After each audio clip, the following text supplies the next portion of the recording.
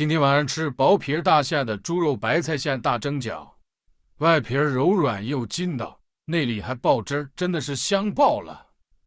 先把白菜切成條，洗乾淨以後用料理機打碎，然後放一勺鹽，給它攪拌均勻，殺殺水分。要想這個肉餡嫩，咱一定要打水，分3次把冰水給它打在肉餡中，攪至肉餡粘稠，做出來的餃子就會爆汁兒。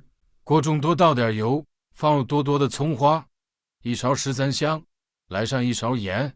不愛吃薑的可以跟我一樣放點真新鮮的乾薑粉，來上1小勺。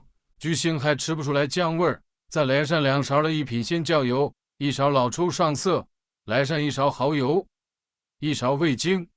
這樣調出來的醬汁啊，可香了，大家可以試試啊。熬至粘稠了就可以，再把殺好水分的白菜放入擠水袋中，給它擠一下水，防止包餡的時候它出湯。看看擠出來多少水分，把擠好水的白菜倒入肉餡中，再把熬好的醬汁倒在上面，把餡給它攪拌均勻，放到冷凍半小時，這樣餡凝固了更好包。主要咱們來和面，500克面粉放1勺鹽，用280克的熱水燙面，這樣包出來的皮啊更軟和。給它攪拌成大面絮，再下手給它揉成面團，一遍不太好揉光滑，給它蓋上蓋子水和10分鐘。10分鐘後再輕輕揉幾下，這個面就特別的細膩，大家可以看一下。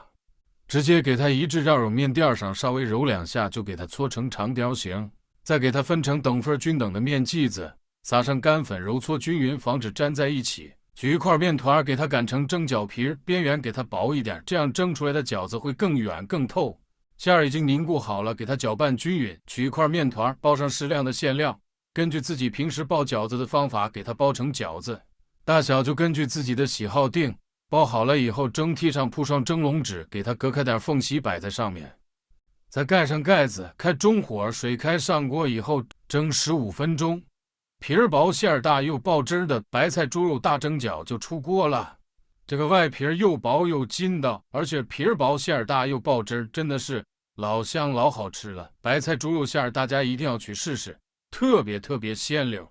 看看這餃子皮兒多軟，裡面還爆汁，香爆了。